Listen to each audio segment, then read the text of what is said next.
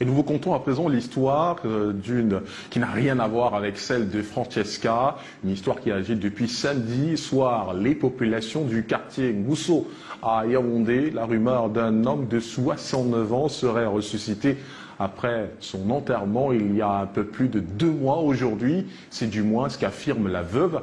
Le prétendu mort-vivant est retourné en famille samedi à la grande stupéfaction des habitants du quartier. Retour sur les faits avec Daniel Anisseboudji, Karen Mezatachouya et Samuel Evakissa. Dans la nuit noire, nous voici sur le terrain d'une scène insolite. Nous sommes à Ngousso, lieu dit des Saintes Chapelles, dans l'arrondissement de Yaoundé 5e. Dans cette cour familiale, une foule nombreuse venue voir de près le seul homme ressuscité d'entre les morts depuis Jésus. C'est lui, Ndomo Lucas, 69 ans.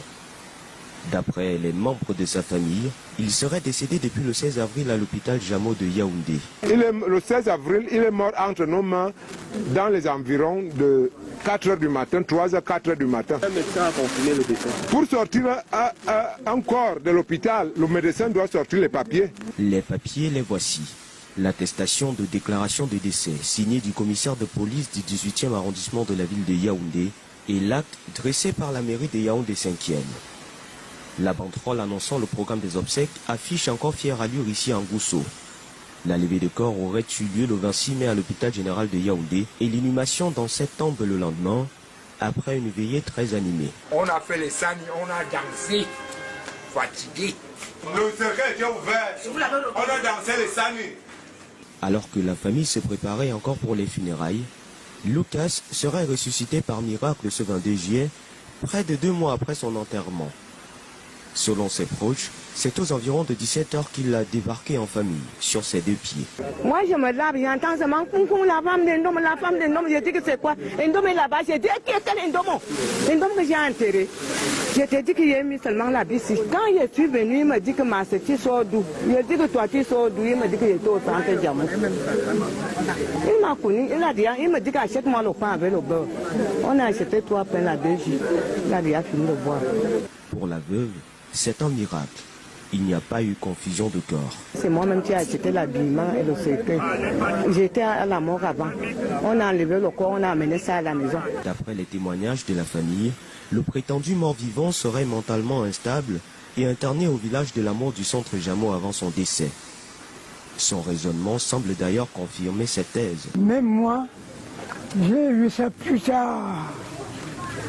Si c'est la question, quand on faisait ça, je suis sur l'équipe. La pathologie est héréditaire dans cette famille, apprend-on. Nous sommes tous fous. Nous sommes tous fous. Nous n'avons pas les moyens de nous soigner. J'ai adressé une lettre de demande d'aide au Premier ministre. Pour l'heure, c'est l'étonnement qui règne au sein de la famille, mais bien plus un sentiment de joie. La veuve, ou plutôt l'ex-veuve, se dit prête à reprendre une vie normale avec le revenant présumé. Je l'ai embrassé.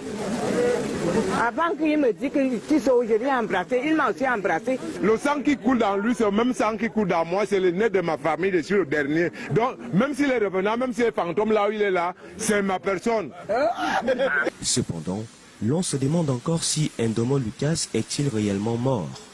Si oui, pourquoi aucune image des obsèques, de la veillée, du cercueil et de l'inhumation n'apparaît malgré notre insistance? Des questions à plusieurs inconnus.